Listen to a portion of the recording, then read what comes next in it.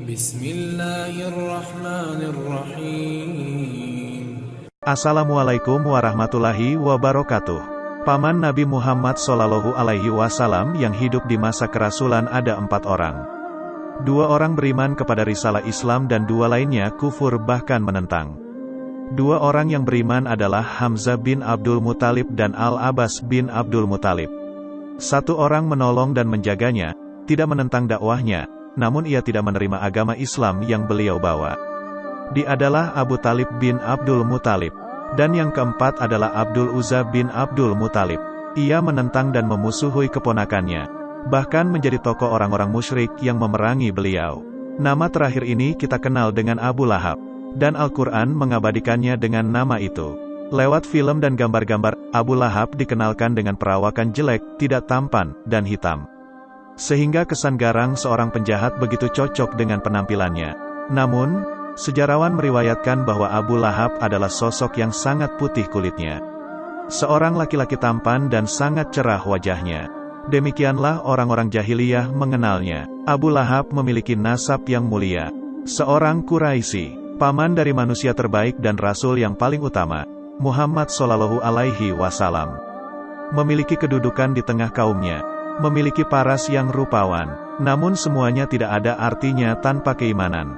Allah Subhanahu wa Ta'ala hinakan dia dengan mencatatnya sebagai seorang yang celaka, dan dibaca oleh manusia hingga hari kiamat dalam surat Al-Masad. Sementara Bilal bin Rabah, seorang budak, hitam, tidak pula tampan, dan jauh dari kedudukan serta kemapanan. Namun Allah muliakan dengan keimanan. Oleh karena itu, janganlah tertipu dengan keadaan. Rasulullah Shallallahu Alaihi Wasallam bersabda, sesungguhnya Allah tidak melihat pada bentuk rupa dan harta kalian.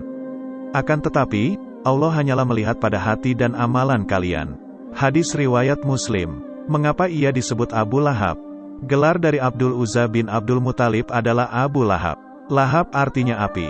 Karena Abdul Uzza ketika marah, rona wajahnya berubah menjadi merah layaknya api. Dengan gelar inilah Al-Quran menyebutnya, bukan dengan nama aslinya. Alasannya, pertama, karena Al-Quran tidak menyebutkan nama dengan unsur penghambaan kepada selain Allah. Namanya adalah Abdul Uzza yang berarti hambanya Uzza. Uzza adalah berhala musyrikin Mekah. Kedua, orang-orang lebih mengenalnya dengan gelar dibanding namanya.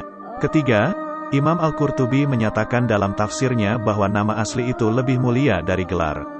Oleh karena itu, Allah menyebut para nabinya dengan nama-nama mereka sebagai pemuliaan. Dan menyebut Abu Lahab dengan gelar.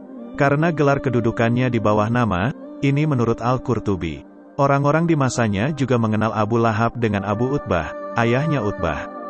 Namun karena kekafirannya, Allah kekalkan nama Abu Lahab untuknya. Sebenarnya ia adalah tokoh Mekah yang cerdas.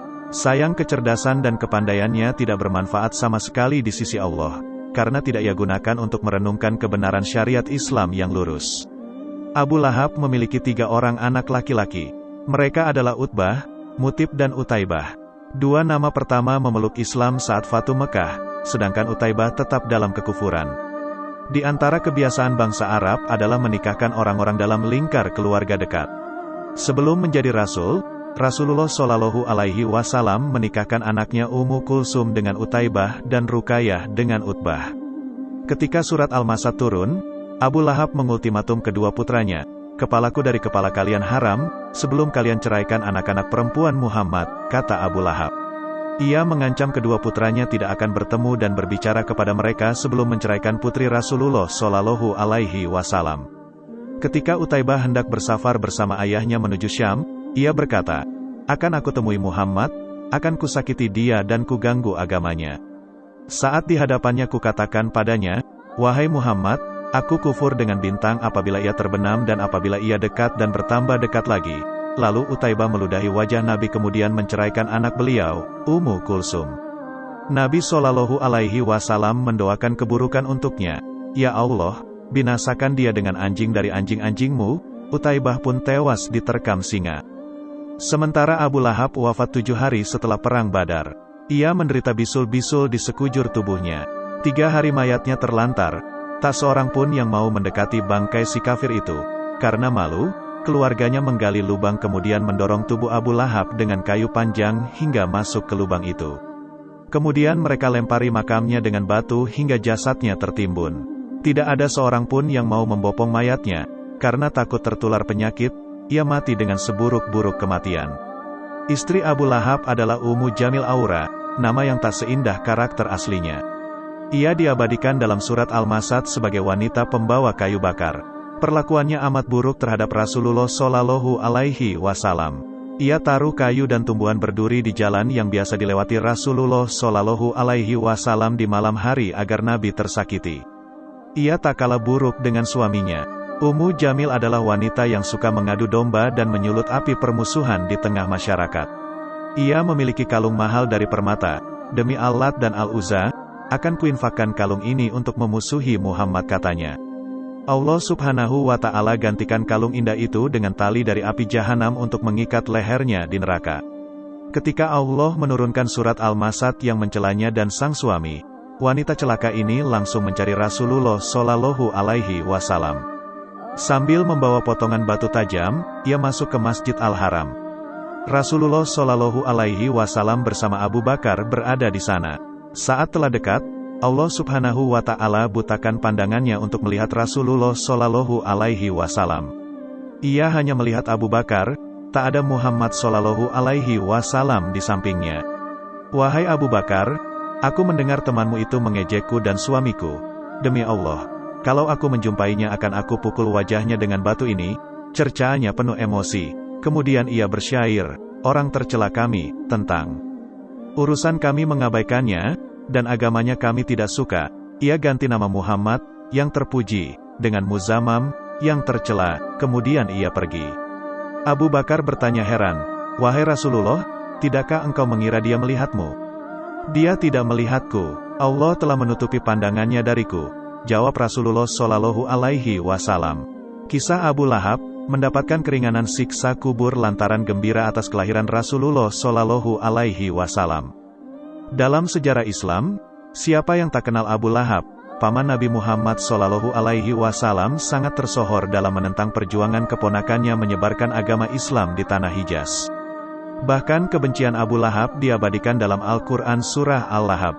Celakalah kedua tangan Abu Lahab, dan binasalah ia. Tidak bisa mencukupinya harta maupun apa yang diusahakan olehnya. Kelak dia akan masuk ke dalam neraka yang menyala-nyala. Demikian juga istrinya sang membawa kayu bakar. Quran Surah Al-Lahab 1-4. Sebenarnya Abu Lahab sangat menyayangi Rasulullah. Hal itu terbukti ketika Rasulullah terlahir. Begitu gembiranya Abu Lahab dengan kabar itu, dia langsung membebaskan budaknya bernama Suwaibah al-Islamiyah. Bisa dibayangkan ketika itu, Abu Lahab yang sehari-harinya dilayani budaknya, kemudian dia membebaskan budaknya lantaran saking gembiranya Rasulullah Shallallahu Alaihi Wasallam lahir. Mungkin kalau saat ini, kita apa-apa dilayani pembantu, masak, makan dan kopi tersedia, kemudian tiba-tiba tidak ada pelayan atau pembantu, maka segala sesuatunya mengerjakan sendiri. Kegembiraan Abu Lahab menyambut kelahiran keponakannya yang telah menjadi salah seorang rasul mendapat imbalan setimpal dari Allah Subhanahu wa Ta'ala walaupun terus-menerus memusuhi Rasulullah. Abu Lahab mendapatkan keringanan azab di dalam kuburnya tiap malam Senin karena bergembira dan senang sewaktu mendengar kelahiran Nabi Muhammad Shallallahu Alaihi Wasallam. Kisah itu termaktub dalam Sahih Bukhari dan Muslim. Dalam kitab Bidayah wan Nihayah yang ditulis Ibnu Katsir, salah satu sahabat Nabi Shallallahu Alaihi Wasallam yaitu Abbas bin Abdul Muthalib bermimpi berjumpa dengan Abu Lahab yang sudah wafat. Dalam mimpinya itu Abu Lahab menjelaskan bahwa dirinya disiksa terus-menerus di dalam kubur. Namun setiap hari Senin siksanya diringankan karena dulu ketika ia masih hidup di dunia, dia pernah memerdekakan seorang hamba sahaya disebabkan rasa gembira atas kelahiran Nabi Muhammad Shallallahu Alaihi Wasallam. Karena itu, sebagai umat Nabi Muhammad Shallallahu Alaihi Wasallam sudah seharusnya bergembira dengan kehadiran manusia agung sebaik-baik utusan Allah agar kelak mendapatkan syafaatnya di akhirat. Barang siapa yang cinta kepadaku, Muhammad, maka dia akan bersamaku di surga. Pelajaran dari hikmah Abu Lahab, istri dan anak-anaknya. Pertama, Abu Lahab memiliki segalanya. Ia menyandang nasab mulia, bangsawan dari kalangan Bani Hashim, terpandang dan memiliki kedudukan di tengah kaumnya. Paman manusia terbaik sepanjang masa, berwajah tampan.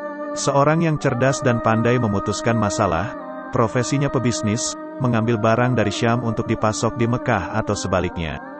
Tapi sama sekali tidak bermanfaat untuknya. Karena itu, seseorang jangan tertipu dengan dunia yang ia miliki, apalagi yang tidak memiliki dunia. Kedua, penampilan fisik, kedudukan, kekayaan bukanlah acuan seseorang itu layak diikuti dan didengarkan ucapannya. Karena sering kita saksikan di zaman sekarang, orang kaya lebih didengar dan diikuti daripada para ulama. Ketika motivator bisnis, mereka yang menyandang gelar akademik tinggi, berbicara tentang agama, masyarakat awam langsung menilainya sebuah kebenaran. Ketiga, pasangan seseorang itu tergantung kualitas dirinya, ia bagaikan cermin kepribadian. Keempat, hidayah Islam dan iman itu mahal dan berharga. Sebuah kenikmatan yang tidak Allah berikan kepada keluarga para nabi. Anak Nabi Nuh, istri Nabi Lut, ayah Nabi Ibrahim, dan paman Rasulullah Muhammad SAW, Abu Talib dan Abu Lahab, tidak mendapatkan kenikmatan ini. Oleh karena itu, kita layak bersyukur. Allah memilih kita menjadi seorang muslim sementara sebagian keluarga para nabi tidak. Pantas kita syukuri nikmat ini dengan mempelajari Islam, mengamalkan, dan mendakwahkannya. Terima kasih yang sudah menonton video-video kami, semoga dapat terhibur dan menambah wawasan kalian. Maka dari itu bergabunglah bersama kami, jangan lupa like, komen dan subscribe dan nyalakan lonceng notifikasinya.